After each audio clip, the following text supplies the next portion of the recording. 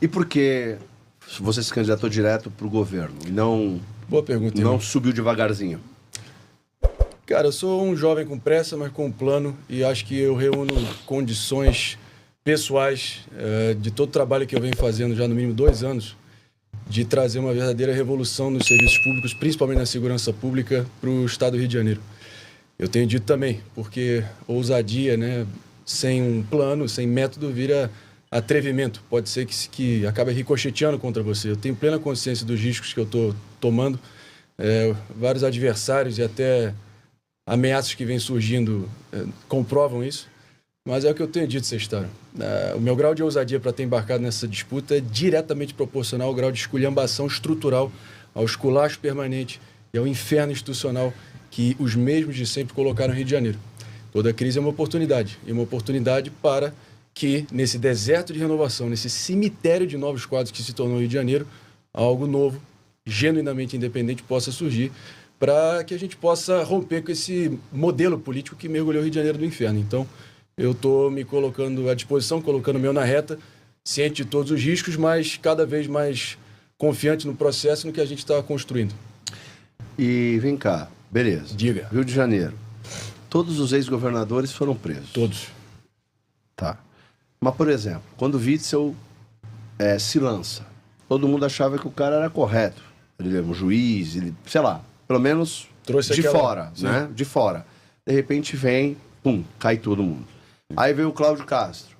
Mesma coisa. Ah, a Operação do Rio chamou uma atenção do caramba. Olha, o Cláudio Castro. Daqui a pouco, pum, cai. Eu entrevistei o Garotinho. Eu vi.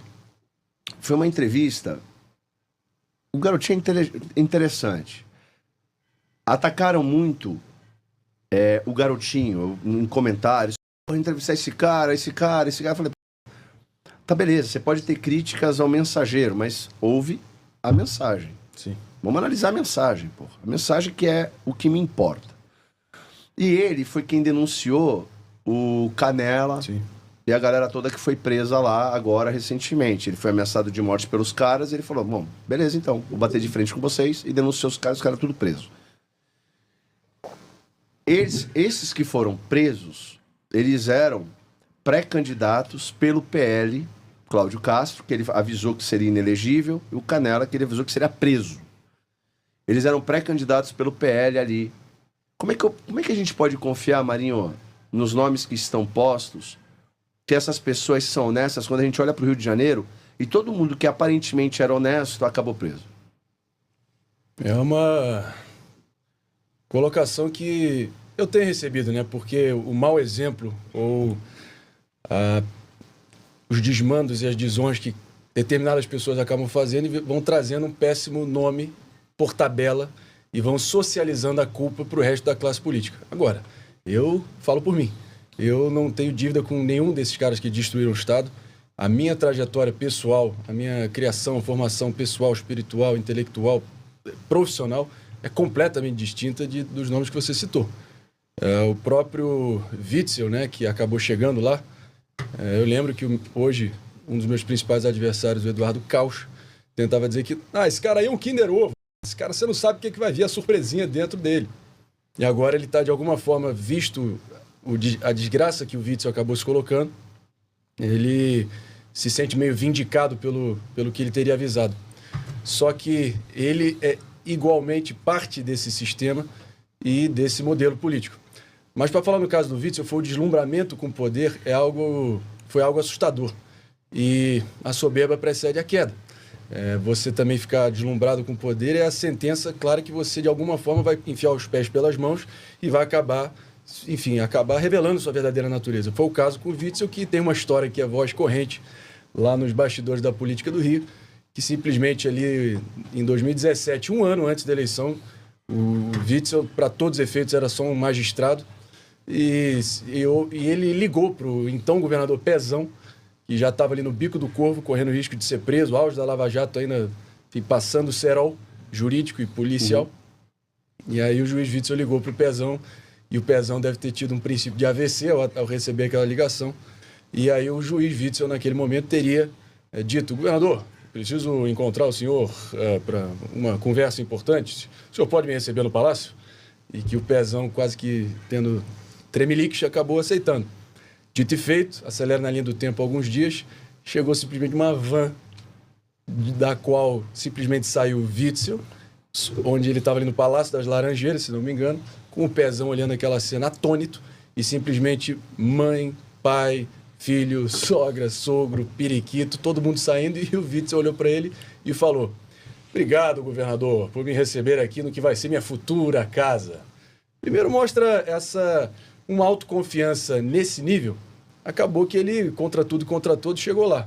Só que uma autoconfiança em excesso vira uma arrogância que pode ser suicida, né? E um deslumbramento com o poder. Não à toa, ele foi quem pediu para confeccionar, pela primeira vez, uma faixa de governador, branca e azul, royal, bonita, né? Toda bordada, né? Igual o presidente. Ele que começou a enviar fotos dele usando a faixa presidencial com meros 2 semanas de governo. Então, eu não quero, sinceramente, enfim, ressuscitar o Witzel, mas eu falo por mim, irmão. Eu não tenho um violino triste para tocar em relação à minha criação. Quando me acusam de ter, como se fosse algo pejorativo ou desonroso, ter nascido em berço de ouro, o que teve mais dourado na minha infância foi realmente o exemplo dentro de casa, da correção, de tratar os outros com respeito, porque a quem muito foi dado, muito é cobrado. Privilégio só faz sentido quando vira responsabilidade com o próximo. Você se vê como uma pessoa coerente? 100%. Tá. Então, vou te fazer uma pergunta. O Witzel, ele queria o lugar do Flávio. Do Jair, no caso. Do Jair. Do Jair e Flávio. Porque o Rio de Janeiro ali é a família Bolsonaro, o clã ali do Rio de Janeiro. Sim. Depois eu te conto as histórias todas de 2018 no tocante ao Witzel. Boa. E aí a gente sabe o que deu no que deu. Né? É óbvio. O cara teve o poder, aquela coisa. Você citou aqui, tá tudo certo. Só que ele atacava a família Bolsonaro. Sim. E ele foi um dos responsáveis pelo processo, inclusive, de investigação, perseguição, vamos chamar dessa forma, ao Flávio Bolsonaro na questão das rachadinhas, não foi? Bom, se ele foi alguém que se posicionou firmemente contra para denunciar, de alguma maneira, eu acho que sim, está posto. Tá. Aí vem a pergunta. Essa é uma pergunta importante. Você acha que o Flávio Bolsonaro, e isso foi uma declaração sua, é ou não rachador? O que eu posso dizer é que peculato é crime. Sim. Se você olhar friamente o Código Penal, artigo 312, 2 a 12 anos de reclusão mais multa, e ninguém está acima da lei. Uhum. Agora, a presunção de inocência tem que valer para todo mundo. Sim. Assim como o artigo 5º, inciso 57, garante só a punição após o trânsito em julgado, direito à ampla defesa e o contraditório. Mas tu já achou que ele foi? Todos os indícios que se acumularam naquele momento poderiam dar conta disso. Uhum. E naquele momento ficou, e eu não revogo uma vírgula da minha consciência. E eu também acho que você olhar determinada situação que com o olhar do presente para tentar avaliar circunstâncias do passado, normalmente você, enfim, não aprecia todo o contexto. Então Vamos olhar friamente aqui, sem problema nenhum. Mas por que os indícios estavam postos. Isso. Mas, olhando adiante, você tem que se compenetrar de que não houve nenhuma condenação nesse sentido. Ele não é culpado de nada. Isso aí é indiscutível. O processo parou lá no STF, lá no Gilmar Mendes. A minha pergunta para ti é o seguinte: por que eu tô te perguntando, irmão? Aqui eu jogo limpo com todo mundo que vem. Somos dois. Eu acho que a grande diferença de qualquer candidato que venha é autenticidade e honestidade. Sim. Aqui nesse programa o cara pode sair pequeno ou grande. Eu sempre falo por quê? Porque depende da coerência. O que eu cobro aqui nesse programa é a coerência de todo mundo que vem. Eu fico puto quando eu começo a conversar, beleza, a coisa rola, aí começa a ver. Aí o cara começa a defender o indefensável. Aí acaba o programa, desliga as câmeras, o cara vem aqui, me abraça e fala: eu concordo em tudo com você. Só que eu não posso falar. Eu fico puto com isso, porque, porra, desonestidade com o público, isso é que eu não posso falar porque seria antiético da minha parte. O cara falou, cada um segura o seu BO. Por que eu tô te perguntando? Porque eu vejo bom, eu tenho um olhar sobre a vida talvez um pouco diferente para as minhas experiências do que eu já vivi. Tem coisas que para mim não entram, não desce. Não desce. Não desce, não tem jeito, é muito complicado. E aí, por exemplo, eu critiquei muito o Moro. Não ele como pessoa, no sentido, tipo, histórico dele. Bom, como pessoa também eu já critiquei, porque a maneira como ele saiu do ministério, jogando charadinha, do tipo, tentaram interferir na Polícia Federal, aí saiu, preciso preservar a minha biografia e blá, blá, blá. A minha história pessoal, Sestaro, acho que diverge de todos esses personagens que você citou. Eu, inclusive, fiz questão, a título de máxima transparência, porque eu estava até alguns meses atrás do teu lado aí. E fiquei conhecido como uma das minhas marcas, a cobrança da coerência alheia. Eu sei que faz parte de qualquer comunicador independente, como é o seu caso, como sempre foi o meu caso, de também tentar se ater aos bons exemplos e deixar a pessoa a ferro e a fogo ali para cobrar uma coerência. Mas no momento onde você se coloca à disposição para fazer uma construção política, os mais cínicos vão sempre falar, mas a política muitas vezes é a escolha entre o intragável e o ultrajante, é a arte do possível, e que em algum momento você vai sacrificar a sua coerência. Eu já acredito que coerência não significa imobilismo e você ficar refém de clipes virais de 5 anos atrás que eu não vou aceitar se tornarem uma algema para a construção política que pressupõe criar uma ampla coalizão, igual eu vi, que o Sérgio Moro não viu, que as pessoas que te deram abraço aqui atrás provavelmente não viram na intensidade e na proximidade que eu vi, em grande parte. Jair Messias Bolsonaro se tornar o 38º presidente do Brasil na intimidade dos meus talheres dentro da minha casa. Isso eu sei. Quando eu soltei a carta, quando eu fiz aquele vídeo Carta para a Direita, você até me mandou uma mensagem dizendo parabéns pela coerência. Então, eu acho que ali teve muita gente. E aí a gente pode fazer um exame de consciência, né? Mas teve muita gente que se surpreendeu com o grau de proximidade e quanto as imagens ali eram tão inquestionáveis do grau de dedicação, de proximidade que houve em 2018, quando para muitos era só uma piada aquele processo. Então a minha família abriu o próprio lar. Eu queria conhecer essa história. Eu acho que, então, eu queria estabelecer uma premissa com todo respeito aqui e entendo que você está mais do que seu direito de cobrar essa coerência e eu entendo os críticos, os cínicos, os céticos aí que talvez possam ter ficado assustados, né, com a reconciliação que eu já queria estabelecer aqui de cara. A reconciliação que houve com o Flávio e os Bolsonaro veio sem qualquer humilhação, veio sem qualquer um dos dois lados se ajoelharem.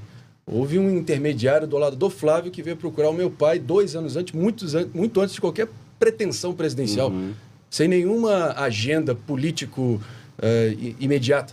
Zero. No momento onde o Bolsonaro já estava no início desse calvário jurídico que começou a se formar contra ele. Então, eu acho que, para vocês não levarem a minha palavra só como aqui literalmente, para quem pode continuar cético em relação a isso, acelera na linha do tempo. Primeiro mês de Morning Show, quando eu volto para a Jovem Pan, fui repatriado, começo a apresentar o programa ali em abril de 2024, algo em torno ali foi de junho de 2024, presença do senador Flávio Bolsonaro para definir aquela PEC que ficou taxada como a privatização das praias. E o próprio, eu confesso a você, foi a primeira vez ali em público, para o grande público, que houve aquela interação. E no final ele teve a gentileza, né, de elogiar a minha condução do programa e dizendo que a audiência está aumentando com você. Eu não fico também envaidecido com elogio, nem muito menos esmorecido com crítica. Esses 8 anos na arena dando opinião, botando a cara, me ensinaram a também criar anticorpos em relação a isso. Geralmente os bajuladores, isso é algo que geralmente os políticos não têm, esse sentimento, né? Mas eu estou bem vacinado em relação a isso. Os bajuladores são aqueles que estão se ajoelhando, se prostrando diante de você, Sestaro, mas normalmente estão querendo pegar ali a pontinha do tapete na primeira oportunidade para puxar por debaixo dos seus pés. E então, eu queria estabelecer essa premissa aqui, que eu vi até em alguns episódios que os nossos fãs aí que têm te acompanhado todo o sucesso e a capilaridade do teu programa me enviaram alguns trechos, né, dizendo que você, em algum momento, iria me perguntar por que você não pediu desculpas para os Bolsonaro. De novo, eu acho que você ficar retroagindo no tempo com os olhos do presente para tentar avaliar uma circunstância do passado, o importante é que ninguém tem o direito, na minha opinião, de ficar mais incomodado com a crítica do que o próprio criticado. Mas eu entendo plenamente, porque eu já tive exatamente na tua posição, com esse sangue nos olhos, tentando a ferro e a fogo fazer com que políticos e homens públicos ali tentem se ater a posicionamentos do passado como se fosse um decreto ali eterno sobre onde eles se posicionaram, como se aquilo ali fosse uma sentença vitalícia para como eles têm que se portar. A diferença Mas no meu caso, diverge de todos esses caras então, e eu posso aprofundar. A diferença entre você e o Moro é a seguinte. O Moro, ele sai do governo e fode com o Brasil. O meu ponto com o Moro é que ele não pediu desculpa pro povo. Simples assim. Porque a Polícia Federal fez 2 investigações e falou que ele mentiu. Se ele mentiu, ele mentiu. Ou ele não mentiu. Se a Polícia Federal investigou, eu tenho que acreditar na investigação da Polícia Federal, afinal de contas. Claro. Ela disse que não houve tentativa de intervenção. Então ele mentiu. Sim. E ele com o Brasil. Ele é um dos responsáveis pro Brasil estar do jeito que está hoje. Porque a partir do momento que o Moro sai daquele ato de covardia dele, que eu já citei aqui várias vezes, o ramagem que o Bolsonaro tentou indicar foi impedido e ele aceitou, e ninguém sabe por que ele aceitou, que era inconstitucional. Quer dizer, era constitucional ele nomear o ramagem. O STF dá uma ordem inconstitucional e ele aceitou. Ele que prometeu proteger e jogar dentro das 4 linhas, ele não honrou e protegeu as 4 linhas. Ele aceitou uma interferência do STF. E tudo por quê? Começa no Moro. Só que o Moro, ele fala mais. Tá querendo proteger os sírios, tá querendo intervir na Polícia Federal. E o Moro sai. E ele fica com o Brasil. A minha cobrança pro Moro, que eu já falei aqui várias vezes, é que ele deveria ter pedido perdão ao povo.